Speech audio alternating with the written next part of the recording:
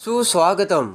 ठरलं तर मग मालिकेच्या आजच्या भागामध्ये मी आपलं मनपूर्वक स्वागत करतो. त्यामध्ये आता सायलीने अर्जुनला व्हिडिओ कॉल केलेला असतो आणि व्हिडिओ कॉलवर आता बाळाविषयी सायली अर्जुनला सांगत असते. कल्पनाने आपल्याला आपण दोघांनी कसं प्लॅनिंग केलं हे आपल्याला सांगितलं हे आता सायली अर्जुनला सांगू लागते आणि त्याच वेळेस कल्पना ही सायलीला नाश्ता घेऊन वर येऊ लागते. तेवढ्यात आता सायली बोलता बोलता गप्प होते तर अर्जुन म्हणतो, काय झालं मी सायली, बोलता बोलता तुम्ही असे गप्प का झालात. इकडे आता कल्पना ही दरवाजात आलेली असते. इकडे आता सायली म्हणते की आई म्हणत होत्या की आपल्या दोघांचं. तेव्हा आता अर्जुन डचकून उभा राहतो आणि म्हणतो की काय म्हणत होती मम्मा, आपल्या दोघांचं काय. तर अर्जुन म्हणतो की आपल्या दोघांचं कॉन्ट्रॅक्ट मॅरेज हे मम्माला कसं कळलं. तेव्हा आता सायलीचं लक्ष दरवाजात आलेल्या कल्पनाकडे जाते आणि पटकन आता सायली ही कल्पनाकडे बघत म्हणते की आई तुम्ही इथे. तर आता अर्जुनला कल्पना तिथे आल्याचे समजते. इकडे आता तन्वी ही तिच्या बेडरूममध्ये असते आणि अचानक आता तन्वीने मोठे नाटक केलेले असते. मोठमोठ्याने आई बाबा असे मोठ्याने ओरडत तन्वी आता दरवाजा उघडून खाली हॉलमध्ये उभ्या असलेल्या रविराजकडे पळत येते. पाठीमागून नागराजसुद्धा तिथे येतो आणि म्हणतो की काय झालं तन्वी, केवढा घाम फुटलाय तुला.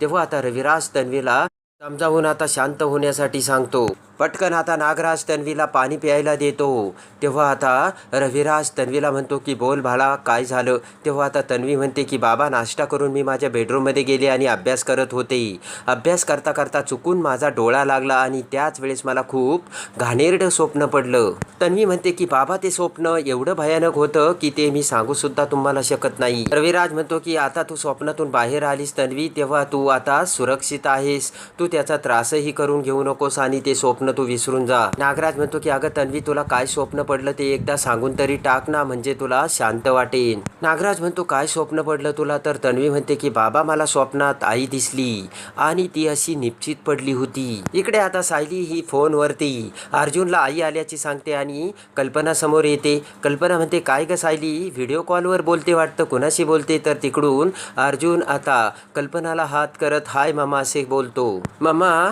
तू सायलीला माझ्या लहानपणीचा फोटो दिला असं मला सायलीने सांगितलं. तर कल्पना म्हणते अगदी बरोबर आणि तो फोटो तू आता भिंतीवरती लाव. तर आता कल्पना म्हणते की अशीच तयारी करायची असते. अर्जुन म्हणतो कसली तयारी मामा. अर्जुन म्हणतो की ॲक्च्युली मामा माझी एक फाईल घरी विसरली, तेव्हा ती कुठे आहे हे दाखवण्यासाठी मी सायलीला फोन केला होता. कल्पना म्हणते की असं आहे का. नागराज म्हणतो इकडे काय बोलतेस तन्वी, प्रतिमा आत्या निश्चित पडली होती. तेव्हा तन्वी म्हणते हो तिचा श्वास थांबला होता आणि आपण सगळे तिच्या आजूबाजूला होतो बाबा असे म्हणत आता तन्वी रडू लागते.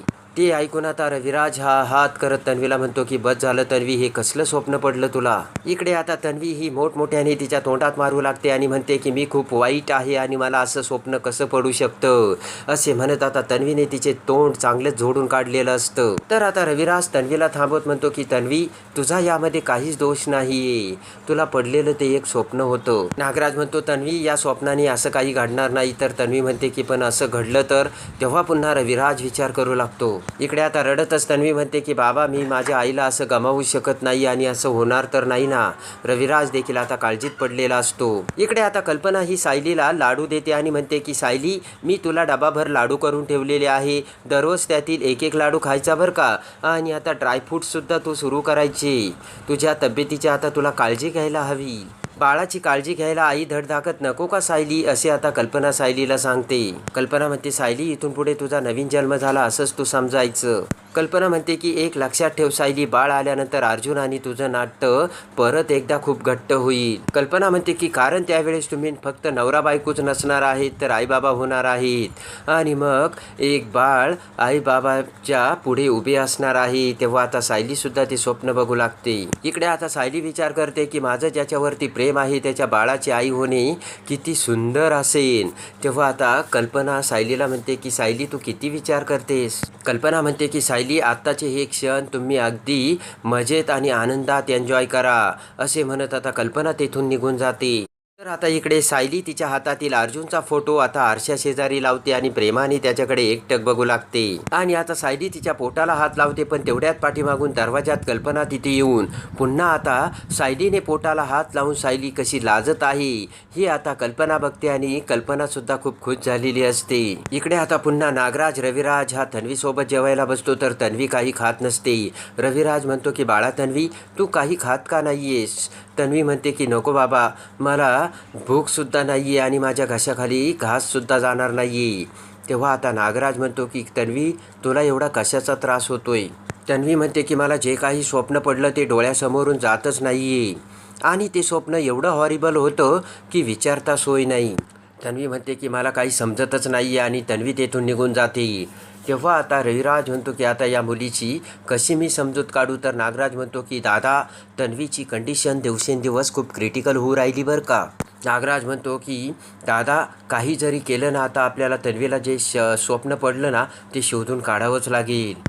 इकडे आता सायली तिच्या बेडरूममध्ये कल्पनाने आपल्याला कसे ड्रायफ्रूट्स आणून दिले आपण आणि बाळासाठी कसा चान्स घेणार आहोत हे आता कल्पनाने आपल्याला कसे सांगितले आणि आपण आता अर्जुनच्या फोटोकडे बघत कसे हरवून गेलो हे सर्व आता सायलीच्या डोळ्यासमोर येत असते. इकडे आता पटकन अर्जुन आता बेडरूममध्ये येतो आणि सायलीला आता नाश्ता खाऊ घालतो. तेव्हा आता अर्जुन म्हणतो की सायली, बरं वाटतंय ना? तर सायली म्हणते की खरंच आता खूप बरं वाटतंय. अर्जुन म्हणतो कुणाला, तुला की बाळाला? असे म्हणत आता अर्जुन सायलीच्या पोटाला कान लावतो आणि म्हणतो काय चाललंय? तर आता सायली सुद्धा खुश होऊन हसू लागते. तर आता पुन्हा लगेच अर्जुन तेथून गायब झालेला असतो, तर तो सायलीचा एक भास असतो आणि आता सायली त्या स्वप्नात हरवून गेलेली असते आणि स्वप्न बघत असते. इकडे आता भानावर येत सायली विचार करते की मी असे स्वप्न बघून काही चूक तर करत नाही ना, आणि खरंच माझं काही चुकतंय का? अर्जुन सर तर माझ्यावर प्रेमही करत नाही, मग हे सर्व कसं काय शक्य होणार? इकडे आता सायली विचार करते की हा जर आभास असेल आणि मी जर हे सर्व बघितलं तर काय बिघडलं? इकडे आता रविराज हा इन्स्पेक्टरला कॉल करतो आणि म्हणतो की इन्स्पेक्टर साहेब, प्रतिमाची तुम्हाला काही माहिती मिळाली का? तेव्हा इन्स्पेक्टर म्हणतात की अहो, आम्ही प्रयत्न करतोय. रविराज म्हणतो की नाही, 20 वर्षापासून मी तिचा शोध घेतोय, पण काही पाठपुरावा मिळतोय का म्हणून मी विचारतोय. आणि तन्वी आता नागराज दरवाजात चोरून रविराजचे ते बोलणे ऐकत असते. तेव्हा तन्वी म्हणते की हा किल्लेदार इथे फोनवरच काय बोलतोय, जरा प्रतिमाला शोधण्यासाठी बाहेर पड म्हणावं त्याला. इकडे आता तन्वी म्हणते की नुसती फोनवरती बोलून आता ती डेड बॉडी या किल्लेदारापाशी कशी येणार?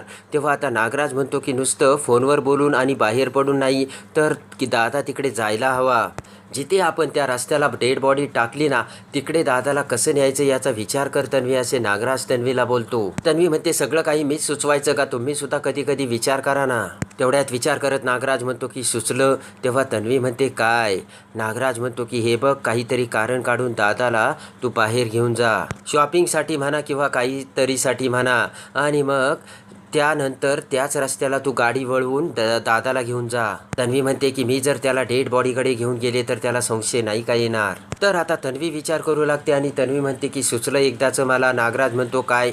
तर तन्वी आता नागराजला तिथून बाजूला घेऊन जाते. इकडे आता नागराजला तन्वी तिच्या बेडरूममध्ये आणते. तेव्हा नागराज म्हणतो काय सुचलं तन्वी? तर तन्वी कपाटाचे ड्रॉवर उघडत म्हणते की जरा थांबाल का? पटकन आता त्यामधील एक पॉकेट काढून त्यामधील खूप सारे सिम कार्ड तन्वी बाहेर काढते.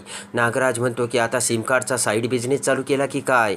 तन्वी म्हणते नाही, तुम्ही उद्योगच असे करतात की मला अशी सिम कार्डची सोय करून ठेवावी लागते. तन्वी म्हणते की नेहमीच माझ्याकडे 5-6 सिम कार्ड असतात, एकाचं काम झालं की ते तोडून फेकून द्यायचं, म्हणजे मागे पुरावा नको ना राहिला. तेव्हा नागराज किलकिले डोळे करत आता तन्वीकडे बघू लागतो. हा जोडून नागराज म्हणतो की आई, तुमचा चरण स्पर्श दाखवा, मी तुमच्या पाया पडतो. तन्वी म्हणते की अगोदर मी काय करते ते तर बघा, आणि मग नंतर तुम्हाला काय करायचं ना ते चरण स्पर्श वगैरे ते करा. तेव्हा आता तन्वी लगेच नागराजकडे बघते, तर नागराज म्हणतो काय करणार आहेस तू?